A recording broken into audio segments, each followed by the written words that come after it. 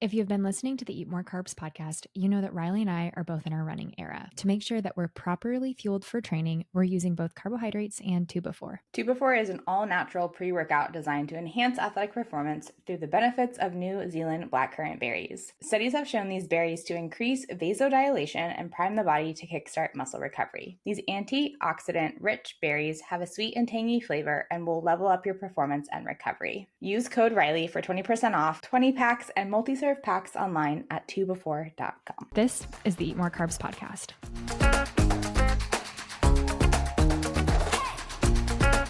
Hello and welcome to the Eat More Carbs podcast. My name is Jenna Fisher and I'm here with my co-host Reilly Beatty. This episode is a two-part series in which Reilly and I are sitting down with a dietitian and a physician from Children's Hospital in Colorado. During these episodes, we are going to be talking about relative energy deficiency in sport, and we will include topics such as eating disordered and disordered eating. We just wanted to let you know before we get into some of these really heavy topics. If you're an athlete and you're listening to this podcast and you start to recognize some of these symptoms and these signs might be something that you are experiencing, we encourage you to reach out to Reilly and I or join our waitlist for our one-on-one concierge sports nutrition program. We hope you enjoy this series. Before we get into it, Reilly, what's your high and low? Both my high and my low have to do with my current move, which by the time this podcast goes live, I really hope is old news and we have officially sold our house. But today I'm going to be starting off with my high first. It has been pretty challenging having a baby and trying to move and sell a house and buy a new house, especially with the housing market right now. A huge shout out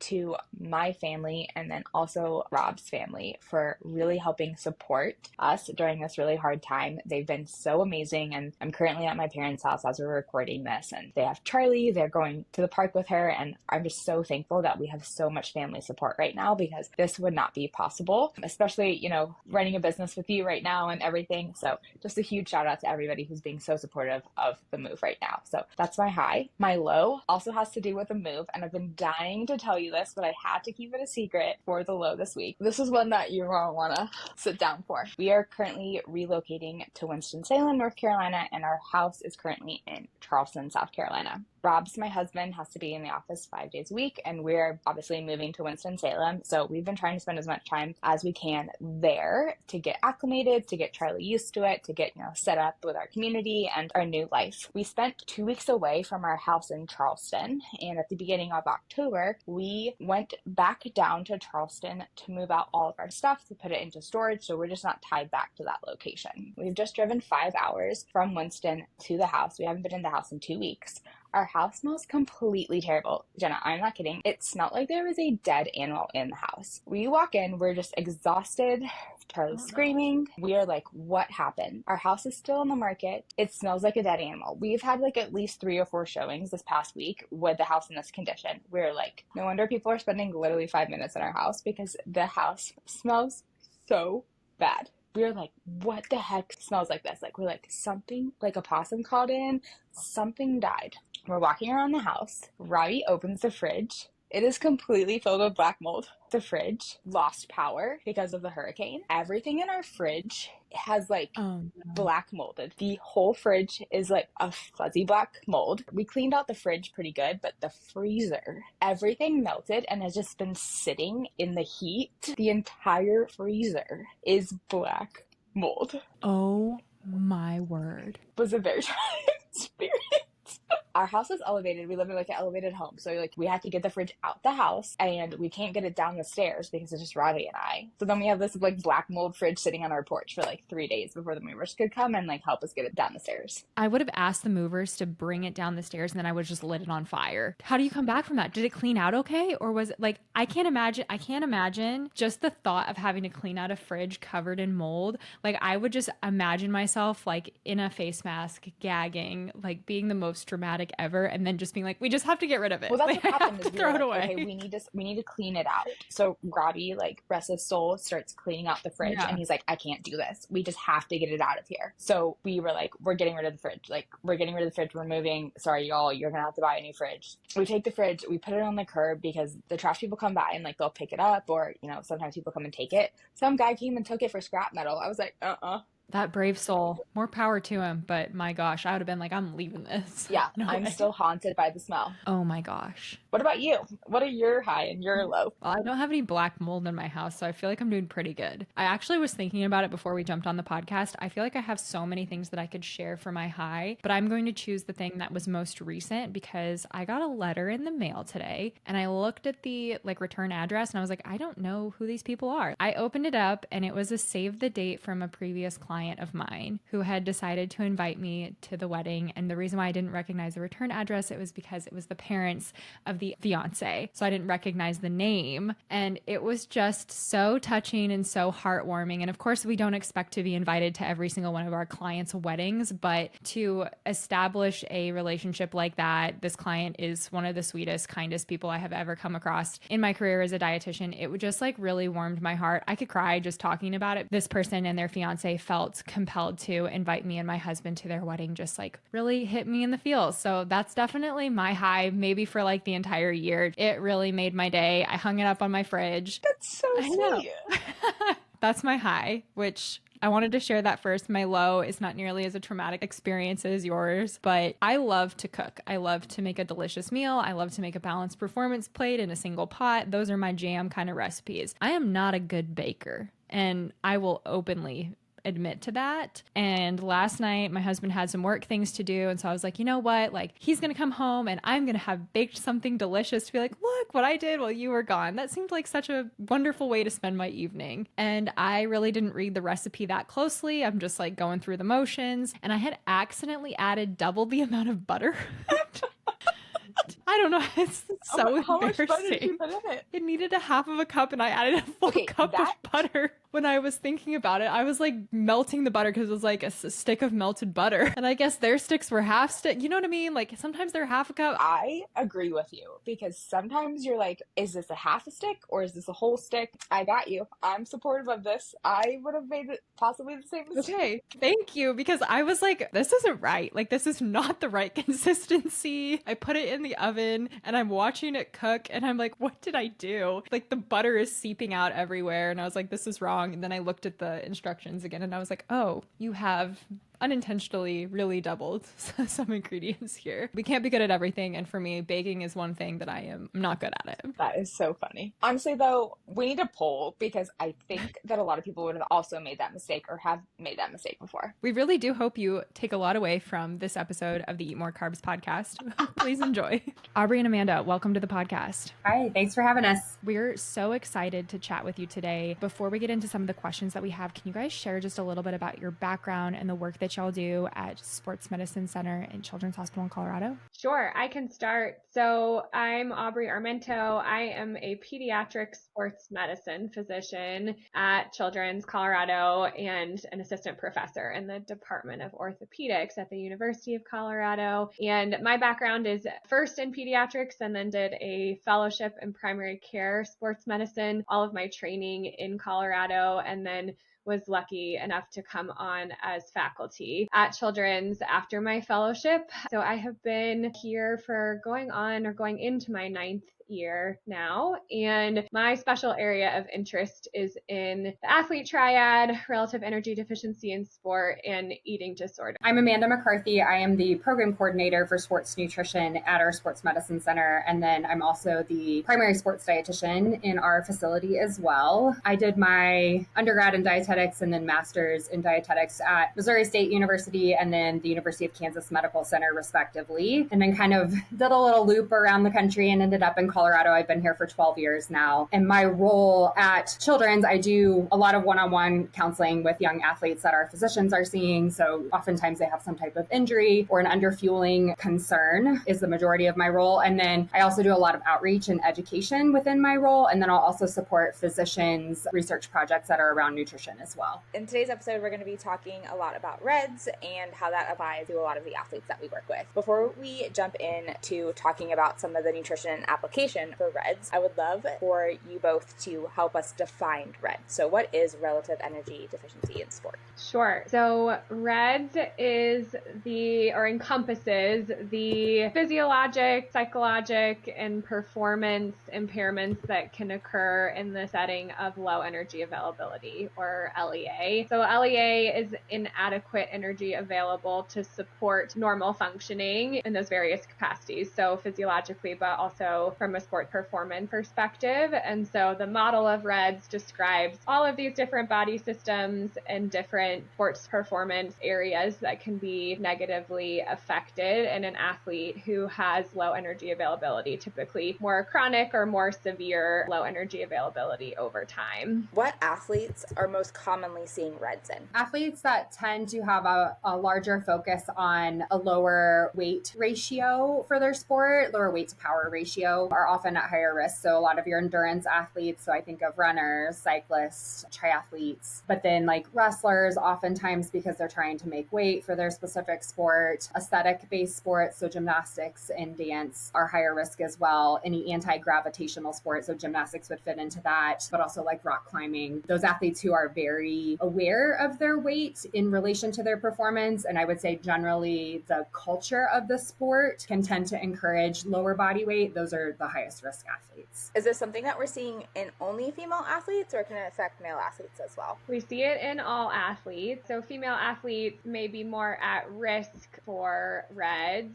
and disordered eating, although I think that there's probably a component of underreporting or underdiagnosis or recognition in male athletes. So Amanda and I see lots of male athletes in addition to female athletes with REDS. You mentioned some physiological implications. What would those be for someone diagnosed with REDS? So essentially the body works to conserve energy in various ways in the setting of low energy availability. And some of those adaptations can include things like GI distress that comes from the gut slowing down. So we see a lot of athletes that complain of getting full very quickly, feeling bloated, constipation, other stomach complaints. We'll see decreased heart rate and blood pressure, so low resting heart rate or orthostatic intolerance, micronutrient deficiencies, iron deficiency, vitamin D deficiency being the most common that we typically see. And then there are basically every body system can be negatively affected in the setting of REDS. And then you also have these performance impairments, so decreased power, strength, endurance, impaired recovery, sleep disturbances, psychological consequences as well. So it really covers the whole gamut of an athlete's health and well-being just generally, but also in their sport. So it sounds like it's a lot more intense than maybe just losing our period. Correct. Yeah, so I didn't even mention that when we talked about REDS to start. Another consequence of REDS is hormonal suppression. In particular, reproductive health can be affected. So in female athletes, we see the loss of a regular period. In male athletes, we'll see low testosterone and consequences of low testosterone, including decreased sex drive, increased fatigue, changes in body hair patterns, and things like that. So consequence of low estrogen primarily in the female, and then low testosterone in male athletes, and then bone health as well. So when we think about the triad more specifically, that's going to highlight the reproductive hormone consequences and the bone health consequences of low energy availability. You mentioned the triad. For somebody listening who isn't familiar with that, can you define what that is? Sure. So the triad focuses on the bone health, and then in the female athlete, menstrual health, and the male athlete, more testosterone related changes secondary to state of low energy availability. And the triad was described back in the 80s for the first time and has been around for a long time. There's a lot of research on the triad, more recently around the male athlete triad, but certainly kind of decades of research on the female athlete triad. I still like to consider the triad as its own kind of distinct clinical entity, but RED sort of goes beyond the bone health and the menstrual health or reproductive health components to include these other body systems that can be affected. But at the heart of both of them is low energy availability. availability. I'm so glad that you brought that up because it can be really confusing for an athlete who is maybe struggling with low energy availability because there are these like terms and different things that are thrown around. So I'm really glad that you helped kind of differentiate between REDS and the triad. And I'd like to add, I think that as female athletes, I mean, we're all female athletes here in the room. And so for female athletes specifically, when we look at adequate energy availability, it's different than that of male athletes, right? So research is showing that female athletes need 45 calories per kilo of lean mass at baseline without added exercise on top of that, just for normal organ function, just for the HPA access to work normally. Whereas in males, research is suggesting maybe they're closer to like 30 or 40. So they don't need quite as high of energy needs compared to what we do per kilogram of lean mass. And I think, that's really telling when you're actually looking at the picture and looking at how many female athletes end up in this situation of low energy availability. We just have higher demands per kilo of lean mass than male athletes do. Yeah, I think that's important, especially if you find people comparing themselves to other athletes or certainly a female athlete to a male athlete, and the fact that the threshold at which we start to see these negative consequences occur is different, honestly, for everyone. Even in female athletes, we're seeing there is likely some variation in that threshold at which, we start to see hormonal disturbances and loss of a period. But generally, as far as what we know, male athletes can tolerate lower energy availability before they start to experience the negative consequences of it than female athletes. And I think that is helpful to explain to people, especially if they're sort of in that comparison trap of like, well, this person can do this and they're totally fine and they're not injured and they're not having these problems, but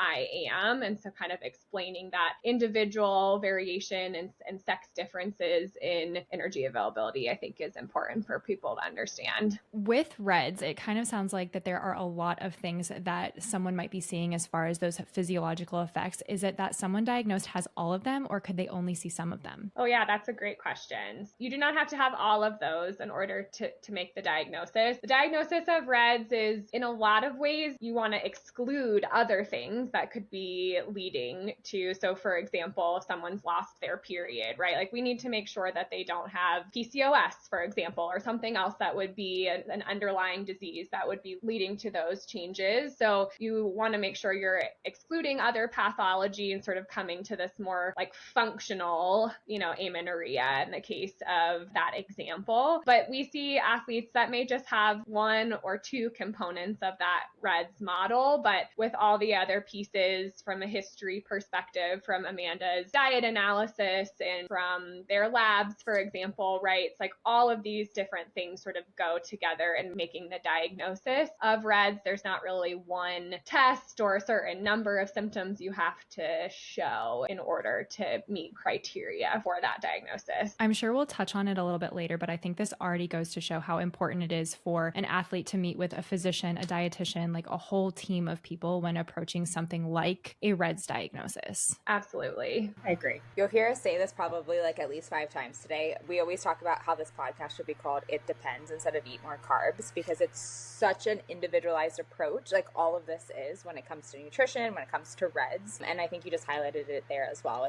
It really depends. And we have this diagnosis, but the symptoms aren't going to be the same in everybody. Yes, for sure. And I think what's also tricky is like sometimes athletes can start underfueling, like they start flirting with underfueling themselves to see what can happen with their performance or with their weight or whatever they're looking for. And I think what's really hard initially is that sometimes athletes do see performance enhancements from that initial restriction. I like to call it the honeymoon phase of restriction, right? So like they get a little addicted to it and they're like, oh, this is working. Like, why don't I try a little bit more? And often when we're catching them with a REDS diagnosis, it's because they get drawn into that cycle of restriction and they want to do a little bit more because their performance improved slightly initially, which we have data that supports that, right? Like small amounts for short periods of time probably does improve performance, but how do you stop that from becoming a cycle of just chronic restriction and chronic underfueling, which then turns into relative energy deficiency? So I think it can be really tricky and really hard for athletes to kind of swallow that pill when they're like, I was performing so well 6 months ago and now I'm falling apart. Like, what's going on? I think also a lot of that's dependent on the sport. A runner, for example, right, with a 5-pound weight loss, if that's what they're going for, like Amanda said,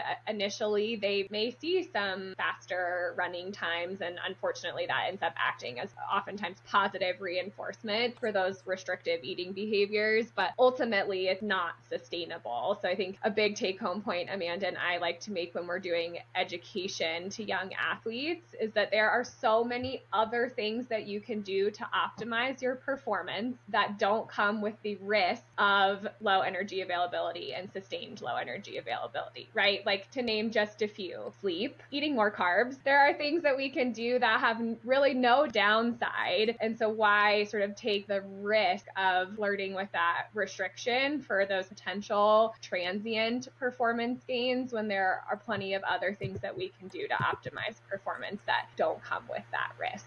I see that all the time where we have athletes that come to us and they're convinced that their performance is going like one way or the other because of their weight. And I think we're so quick as a society to say like, it's because of my weight. I didn't perform well today. I ran a little bit slower because I need to lose weight. And you just mentioned there's all these other factors there as well. You know, I even had an athlete who was fueling properly. She was preparing for an Ironman competition, and she was really upset that she didn't PR. And then afterwards, she actually found out she was pregnant, and she had just competed. But it could have easily been like, oh my gosh, like this is because of my weight. And it's like, there's all these other factors that go into performance.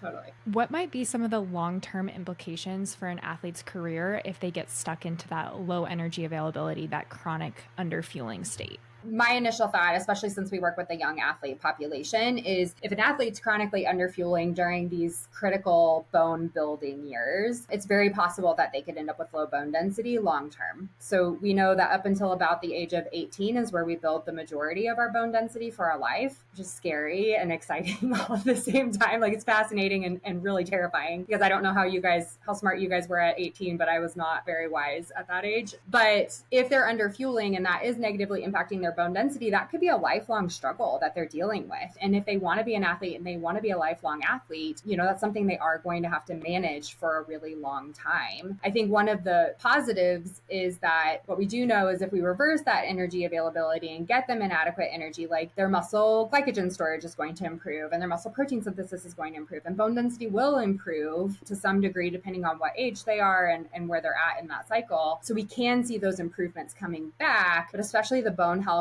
it can be more of that long-term impact. Yeah, I think I probably put the most emphasis on the long-term implications of bone health in the population Amanda and I mostly work with, which is that adolescent population, and trying to really hammer home this idea that like now is your time to make your bones as strong and dense as possible. And I know it's hard as a 16-year-old to really think about you as a 60-year-old, right? But when we think about like osteoporosis risk, if you are here when really you could be here with your bone density, if you did more to optimize it right now, your chance of slipping into that osteoporosis range when we think about, you know, making that diagnosis from a DEXA scan, you're much more at risk for that into your adulthood. And so I feel like a lot of time trying to provide education around that. But I also think like in the female athlete specifically, for someone who is not having a menstrual period with low estrogen